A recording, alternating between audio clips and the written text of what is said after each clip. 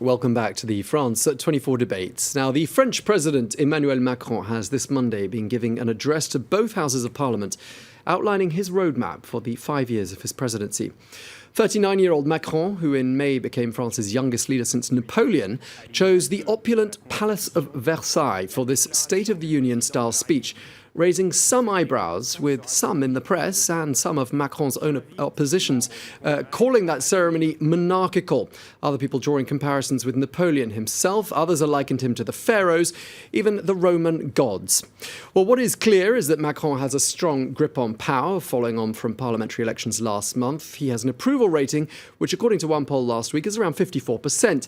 That's down a couple of percentage points on the previous month. So what messages did President Macron want to get across to the French public? What was that grand ceremony in aid of? And how is the president doing? Well, to discuss those questions and more, I'm joined here in the studio by, firstly, Alexis Poulain, who is the co-founder of the online magazine Le Monde Moderne. Welcome to you. Communication specialist Ludovic Delaherche. A very warm welcome to you, Ludovic. Also by Hannah Starman, who is European Affairs Specialist and a member of the En Marche movement. Welcome to you. And last but not least, Fanny Brulebois, who is a partner at the political risk consultancy Open Cities. Well, before we get debating, let's take a look at a summary of today's events at Versailles. France 24's Anke Uhler has this report. Emmanuel Macron wants the French government to set aside its differences and go back to basics. And that starts by streamlining the lawmaking process. In his speech before both houses of Congress, the French president told lawmakers to legislate less and act more. In order to do that, first, there must be cuts. A smaller parliament with stronger means as a parliament, where work becomes more fluid, where parliamentarians can surround themselves with more better-trained staff. A parliament that works better. And that's why I will propose to reduce by 1/3 the members of the 3 constitutional assemblies. Macron said giving more power to the government is not the answer to stopping terror attacks on French soil. That's why he decided to lift the state of emergency that's been in place in France since the Paris attacks in November 2015. I will re-establish the freedoms of the French people by lifting the state of emergency this autumn. Because these freedoms are the condition by which a strong democracy exists. Because abandoning these freedoms gives our enemies a victory, which we should refuse them. He did, however, call on Parliament to pass tougher new measures to prevent future attacks, promising to be ruthless when it comes to terrorists. Macron also ordered a strategic review of the French military to better respond to evolving threats. On the question of Europe, he confirmed France's commitment to the alliance, but said the 28-nation bloc needs to be stronger to avoid Euroscepticism. In order to do that, he called for democratic conventions, where countries can discuss reforms to reinvigorate the European Union. Okay, well, before we look at the style and the form of this address, let's first of all look at the substance. And let me turn to you, first of all, Fanny Brulebois. What struck you as being the key messages from that address today? Yes, in fact, today, President Emmanuel Macron was very presidential, very pro-reform and very pro-European speech. What was very important in his speech, it was about the institutional reform he wants to implement. So mainly, we can say that the speech was to change French politics and how the system works. So what was really important in my view is that he focused on efficiency, he said, representativeness and accountability. And in terms of representativeness, he wants to cut, the number of members of parliament by 1/3, which is a great move to change, a great sign to change French politics. So this, in my view, this is the most important thing. And just turning to you, to Fanny's left, Ludovic Delaherche, you're a comms specialist. What jumped out for you? Regarding the content, the first word for me is scary. It's because I'm graving a democracy, abounding the color of the Republic. Because it's very, we can see a lot of strength in the organization, in the way he speaks, and also in the content.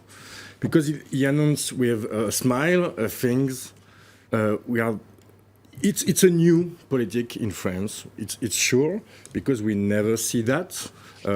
All this power in one hand regarding the institution, the parliament, and the government.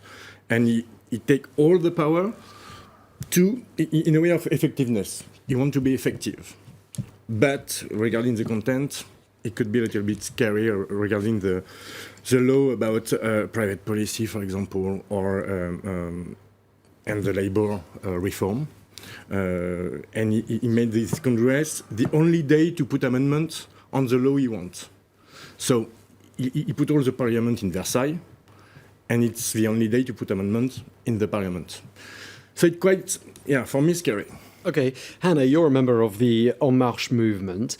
I assume you weren't scared by too much of what the president said. What stood out for you? No, I wasn't scared indeed. I don't think that he said anything that he hadn't said before, both in his book and in his program. So what he said content-wise wasn't new. It was just structured and presented in a certain way that, no, I did not find scary. I find it rather encouraging, because he presented very clear measures, very simple measures that can be voted, because to have a parliament vote its own cut in the number of MPs is not a very common thing, and certainly not in France. I was particularly touched by the whole part that the media haven't spoken about much, which was about Europe.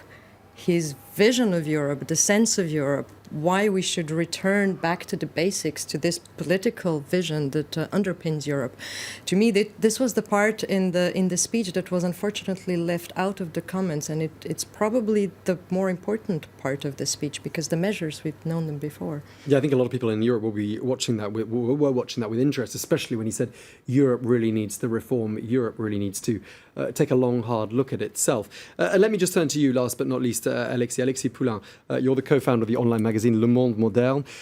Was there anything new in that for you, or was it, as Hannah just said, sort of true to what was promised, the sense of I'm going to deliver on these promises that I've already made to you? No, I think it was pretty much saying, I've been elected, you've been elected. He was talking to the member of parliament of En Marche and the others to represent the French people, and what French people expect with my election is change. And that's what we're here to make happen, make change happen. And people don't like change, so that's why there's a bit of scariness and, what was going to change about La Cour de la République and all these things. But I think the two main things for me in the speech was Europe, for real, saying that we have to go back to a politician view of Europe and not just an economic Europe, but get back to what Europe is about.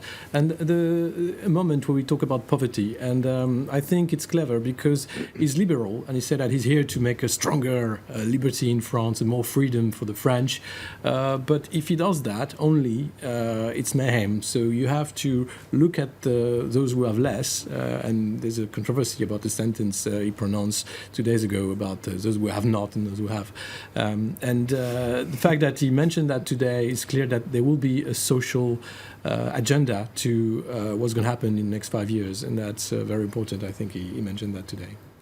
So in that sort of international aspect, and Hannah really brought that up in what she said about the comments on Europe. I mean, how do you think this changes the perception of France viewed from the outside? Do you think it changes? Do you think what he's said and do you think what he's done in these last 2 months changes anything in as far as brand France is concerned? Your thoughts? I agree about the speech today about Europe, and it's not mainly the same thing he said during the campaign, because he talked more about political integration inside Europe, and during the campaign he talked more about economical and collaboration, but not about a project looking Europe. And I think the last Friday meeting with Angela Merkel changed a lot of things, because it was not very effective on some measure like travailleurs détachés, for example. So regarding from Europe, I think a lot of people are confident, because France declared to be a part of Europe, and it's a good way for France to be in the international scene. But it seems that we need the strength he puts inside with the Congress, with all the law he wants to make in France. It could be effective if he put the same strength in the Europe collaboration, because we need to rearrange, I think, the change between and first Germany and recognize the position of other countries in Europe who are suffering right now. Do you think other European leaders are heartened, perhaps, by what the president had to say? Well, I think clearly he wants to be the young leader, the new face of Europe, and steal that to Merkel. So if I was Angela Merkel, I would be a bit cautious about what's going to happen and how it's going to work.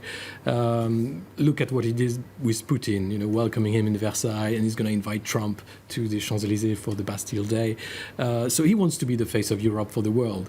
Or maybe other European leaders might be cautious and might look at it like saying, well, I want my share of the cake as well, so be careful. But don't you think they should be reassured by the fact that the second most powerful country in the Eurozone is suddenly back on its feet? It's getting its act together. It is. And you mentioned defense as well as a key element to what's going to be the program. So Europe for security and defense is one of the big things that he wants to push on the agenda. Merkel is okay with this. Now the big question is about social Europe. How you can have a peaceful Europe if you don't redistribute and if you still have fiscal tax dumping and social dumping in Europe. That's the big question. So these are words. We'll see what's going to happen in the coming summits in the future. Do you think other countries are looking at France with a degree of envy, wishing perhaps they had a Macron of their own? Probably a bit, actually.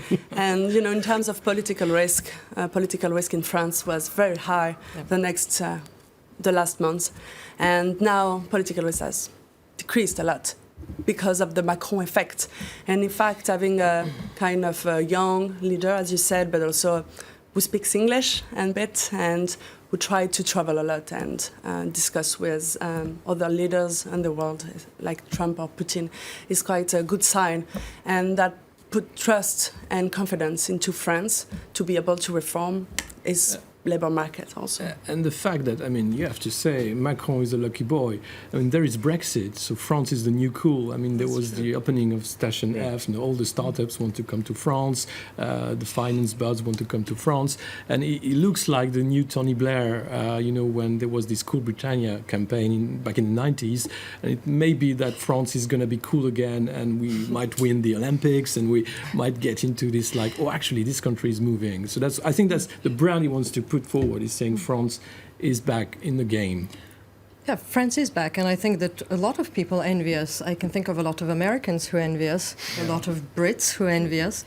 But not only. He's back. You're right, he was lucky. There was an alignment of planets that worked in. But it wasn't just luck. Behind every luck, you have a lot of hard work. And I think that he's worked very hard to make things happen. And I think that France was at the crossroads where it could have either destroyed Europe or saved Europe. I think at one point that the European map looked like that. After Brexit, if France goes, then there's nothing left. Then there's Germany and Eastern Europe. And I think Angela Merkel is probably considering herself very lucky to have a partner like Macron, because there are things that he can do and say that she can't. And vice versa. And I think that the fact that he invited President Putin, that he invited President Trump, it goes very well with his character and strategy. He said it today, I'm willing to talk to everybody. I will talk to everybody, but I will talk to everybody firmly. And this is what he does. I have no fear that he will fall under President Trump's charm, or that he will start beating up CNN effigies I asked that question already, sort of knowing the answer, because there was a prominent British politician who said this weekend, it was Chris Patten, who was the last governor of Hong Kong. The first thing he said in an interview with the BBC, he said, unfortunately, we don't have a Macron in this country. Yeah. And then anecdotally, I've just come from Malta, and everybody there is saying to me, lucky you, living in France with a leader who really seems to know what he's doing. So I kind of knew the answer. Aren't you feeling less afraid than Ludovic than you were just 10 minutes ago? He's not lucky at all. He's brilliant. He's organized and he works. It's sure. I don't think he's lucky. He plays well tennis. marvelous. But it's not his second month in power. Yeah. It's the second month of the fourth year. Because he was 4 years in the government of François Hollande, one of the most important ministers and one of the most catastrophic ministers in the last 5 years. The CICE he launched, it's a total nightmare. We have a first minister who said that we fall 8 billion euro. Okay, he gave 100 billion euro with the CICE. He can ask Macron where is the money. So for the moment, the things he launched are not good and effective. There is 1 million more poor people in France and poor people who are working. There is a lot of things we need to change, and I think he wants first to put more vaccine. I don't think it's a priority in France. And change the labor code. As the labor minister said, it was a nightmare for a company. No, it's a protection for people. So the direction he takes scares me because we don't have people in front of, we don't have confrontation because in the parliament, what happened last week is very, very, very heavy because we don't have more contradiction in the parliament. In the French parliament, in December, it's totally locked right now. If you look at what he said today, I mean, he said that you have a bit of cynicism in you and you have to kill this. That is more, no, but this is what is more scary. I mean, he wants believers. I think he's in a phase kind of spree and saying you have to believe in us, we have to believe in you as France, and we have to make this together. And that's scary because that kills the debate. I mean, you have this thing of you have to be constructive at the parliament. You can be actually saying I'm anti this, but you have to think about, and everything will be as he's the master of the clock. He decides, and then maybe you sort of talk a bit about it, but the decision is already made. Let me ask you, Hannah, just to reassure one last time, Ludovic, just before we cross, it's going to be the break after that, but what can you say to allay those fears? People fearing perhaps the unknown. What has this man got in store for this country in the next 5 years? Well, first of all, I would just like to reply to what you said. It's truly unfortunate that the opposition chose not to attend the Congress today. No, it's not an argument. Because it would have been an opportunity to show that it exists, even if it's not as important as it would have liked to be. But to boycott a Congress is simply an opportunity that is unduly missed. No, in my view. There's no opportunity today. I will answer your question. I don't think he doesn't have anything in store that he hasn't been telling us about for the past few months. It's in his book, it's in his program, it's in everything he said. I don't expect that he will pull a rabbit out of a hat with something that nobody has expected. No, he will do what he promised to do, and it's enough. And it's scary. Okay, well, you're still scared. The first half of the debate is now over. We'll come back to that discussion in just a couple of minutes. Stay with us here, meanwhile, on France 24.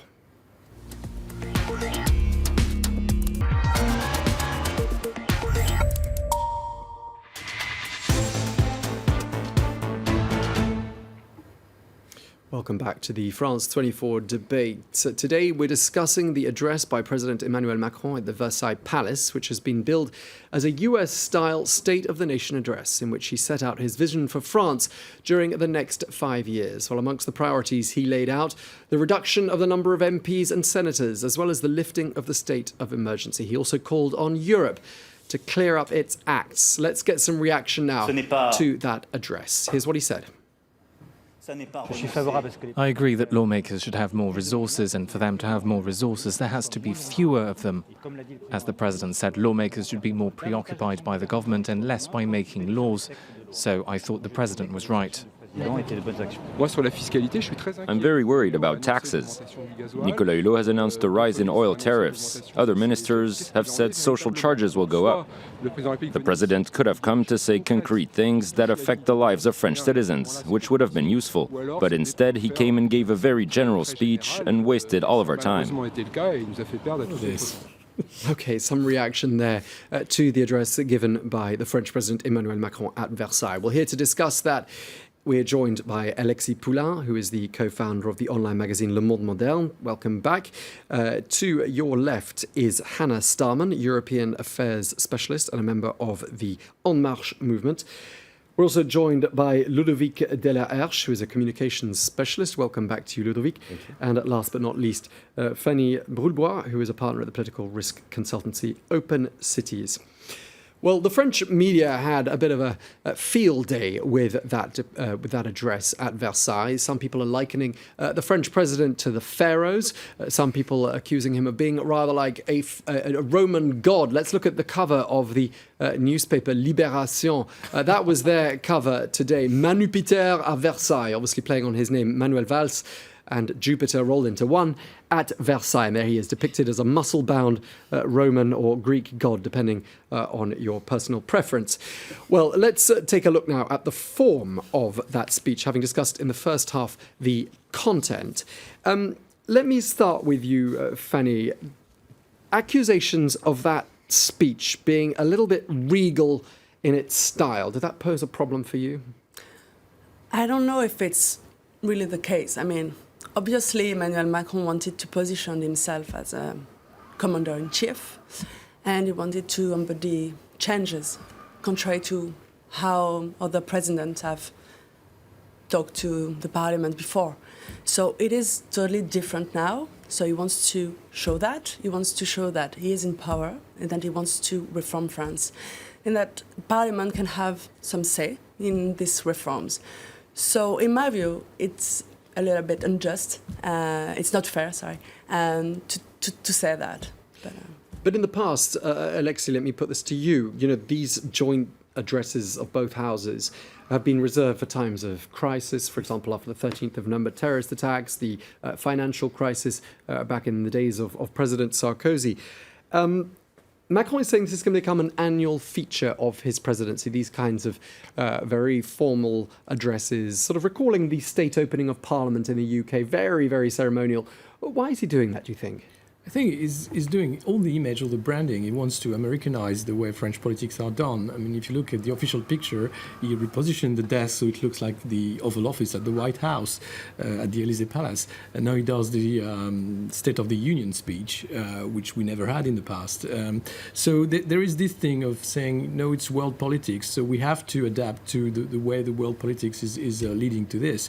And there's the big parade on Bastille Day, but he won't talk to the media, which was actually the feature for French president, was to talk and have the address to the media and have an interview with the media on the 14th of July, and he said that he won't do this. So it's avoiding the press and yet being in the press in a way that is good for him. It's being the master of the clock again, and that's a choice that he made, and it's not a way that we did French politics in the past, and I don't know if it's going to suit French politicians or even the French people. We'll have to see in the long run if it's something that works for us. Okay, so he's shaking things up, he's doing things differently.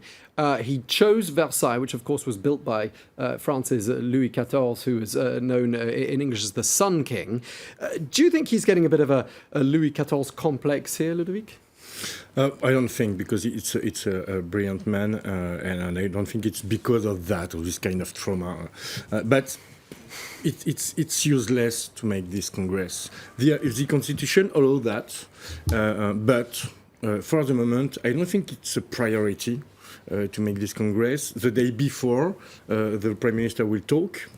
It's kind of special, and I can't think it could be a miss. He's too brilliant for that. I think he wants to show strength, solemnity also, and to show who is the boss. And to show after the last week that all the parliament, all the media, all the people are behind him, so he's the boss.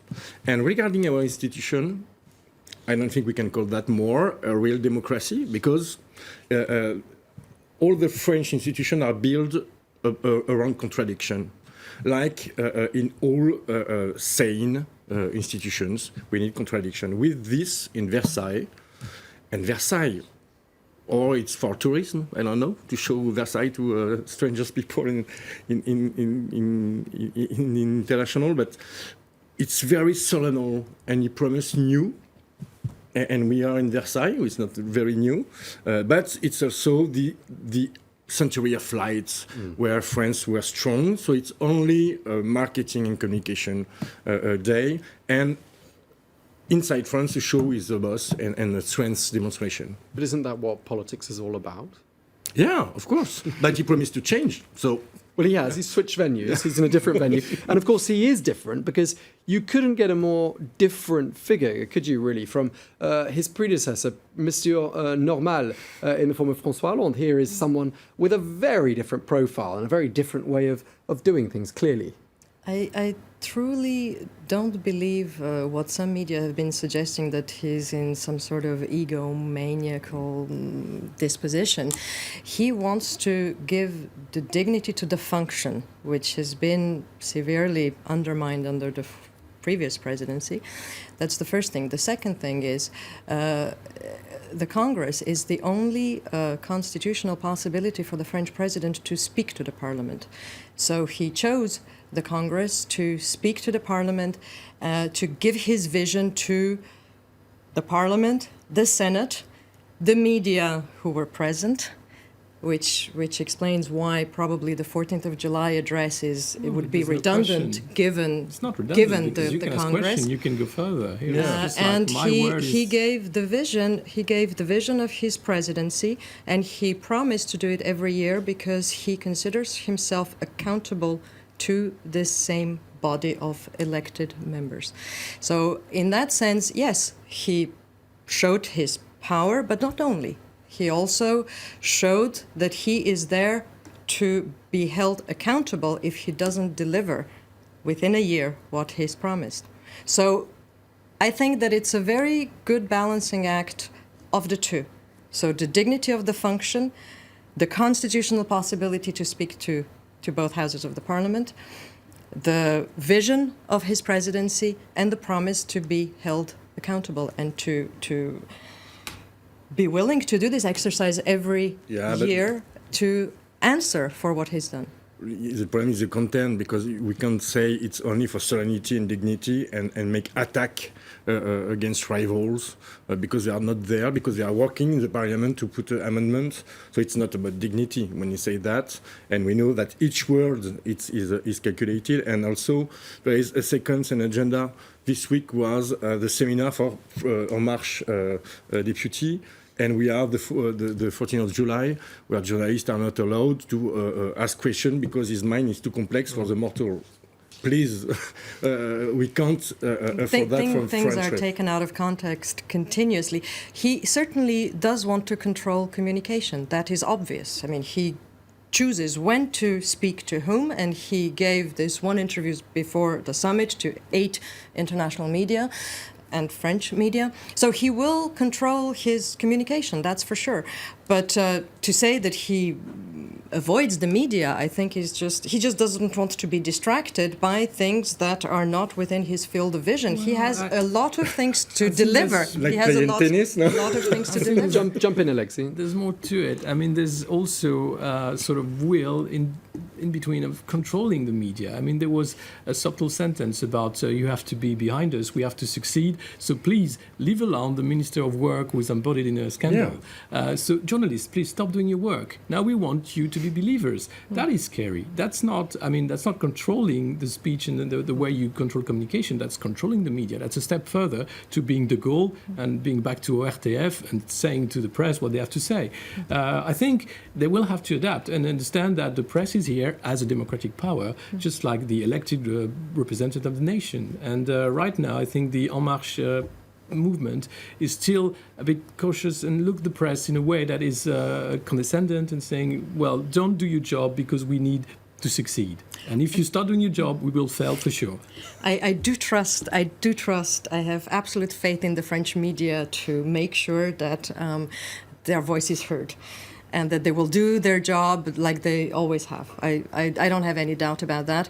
But the fact that he wants to control his communication, I think, sure, given... that's one thing, controlling communication, controlling the media is another. Yeah. He seems to like to go for sort of maximum visual impact as well when he arranges a meeting with the press, whatever it is, whether it's promoting Paris for the Olympic Games and playing tennis and boxing, and here Versailles. He's good, isn't he, at this kind of thing? Yeah. He is a comms wizard, I think it's fair to say. What are your thoughts, Fanny? It is absolutely right. I mean, he probably have taken a lesson from Obama, or he's quite good. And probably also because former president was so different from him. No, but I mean, this is true, especially with the media. François Hollande used to talk a lot in the media to the journalists. So I think compared to them, it is different. So we also have to adapt to what President Macron do. But of course, he is quite a master in communication, I guess.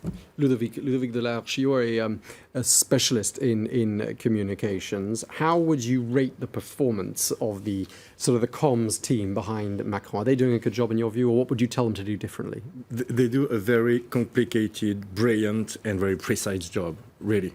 And it's because it's brilliant.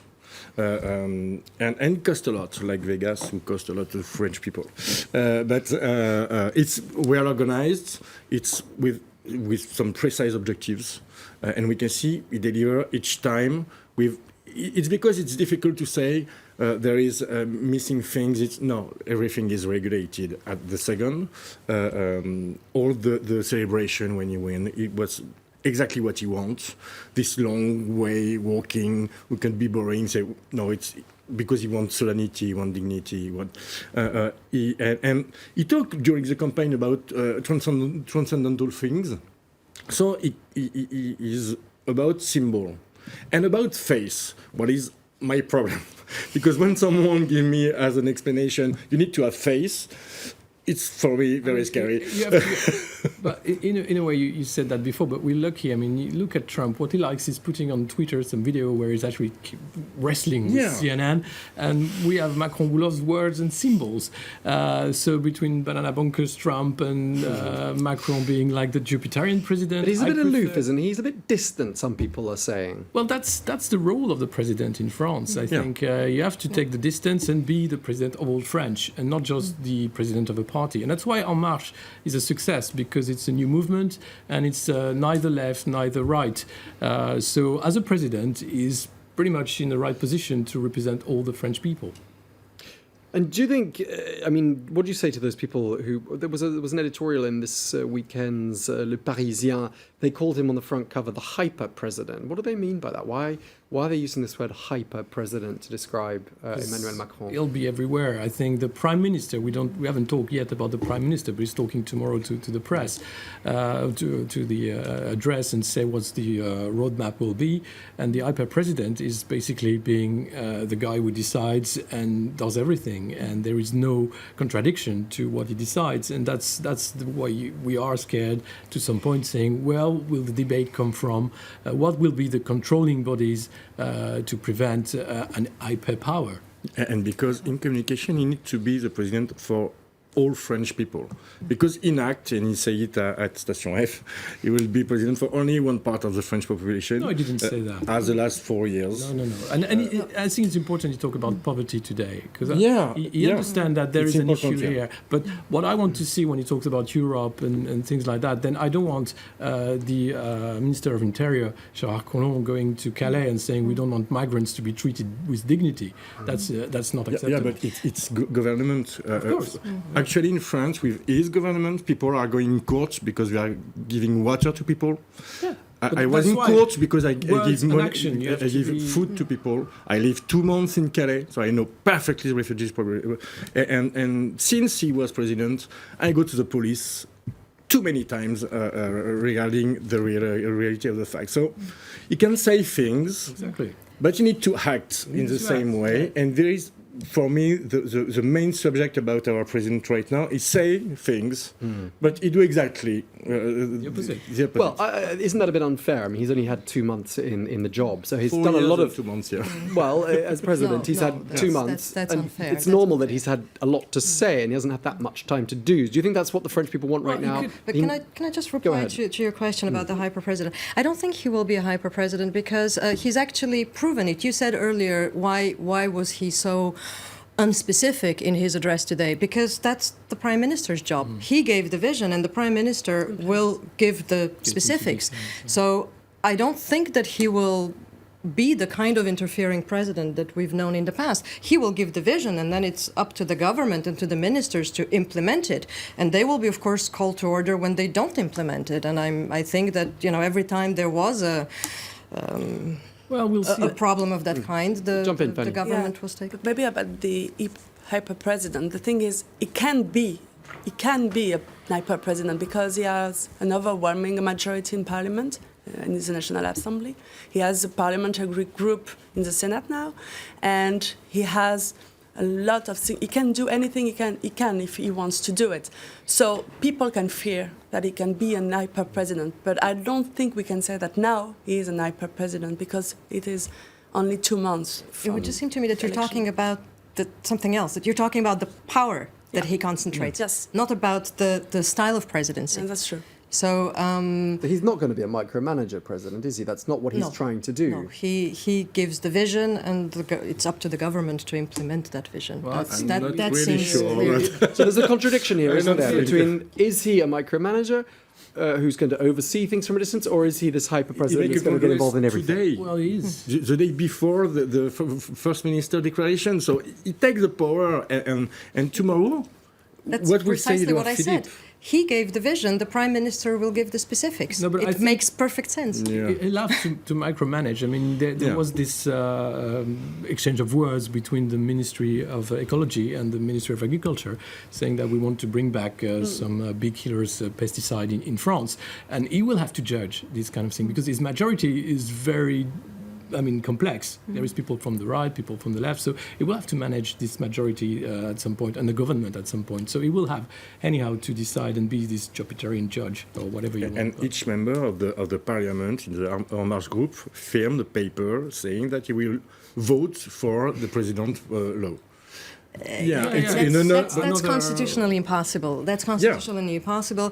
There's a commitment to the values. Like every person who joins the movement also accepts the values of En Marche. So it's the same principle that there is a commitment but to facilitating the work of the government and of the presidency. But nobody can force any member of parliament to vote any way. And it's because de Rugy could be president. Exactly. So because he didn't respect the. So it's a moral commitment. It's a political commitment, but it's certainly not a legal commitment. That would have been unconstitutional. Okay, we're only 2 months, as we've said, into his presidency.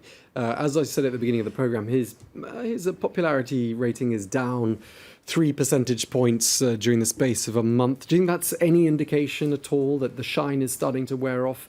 And that his golden boy status is perhaps being tarnished as the weeks go by. Any thoughts? What do you think? It has just begun. I mean, today is the first day of the presidency, so I can't say we can talk about the bilan or anything because this is the beginning.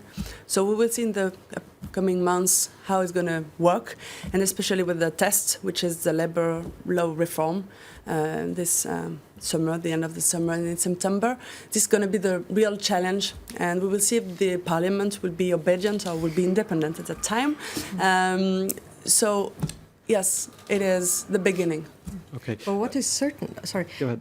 What is certain is that he will have to deliver because with the majority that he has, with the promise that he carries, with the expectations that he's awoken in people, the pressure on him to deliver will be extremely strong. So I think he will have little time to deliver first results.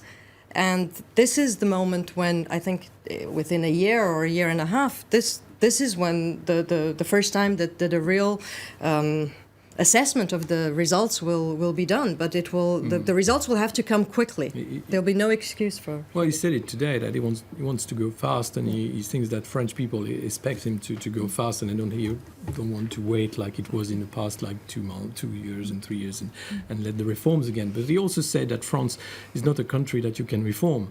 It's a country that transforms itself. So again, it's back to this believing things that he wants French people to believe. He wants En Marche to be at the heart and the brain of the French people. So it's going to be easy because you believe in me and you believe in yourself. This empowerment speech, I mean, this is new to a French politician. It's very American again. Okay. Will it work on the French psyche? I don't know. Okay, I'm so sorry to cut you all short, but we're out of time. We're going to have to leave it there. So thank you very much indeed to all of you. You had the last word, Alexis Poulain. Thank you so much to you. Thank you to you as well, Hannah Starman. Thank you for your contribution. Fanny Brulbois, thank you very much indeed. And last but not least, Ludovic Delaherche. I hope you're feeling more reassured about Macron's presidency than you were at the beginning of this discussion. And thank you very much indeed to you for watching the France 24 debate.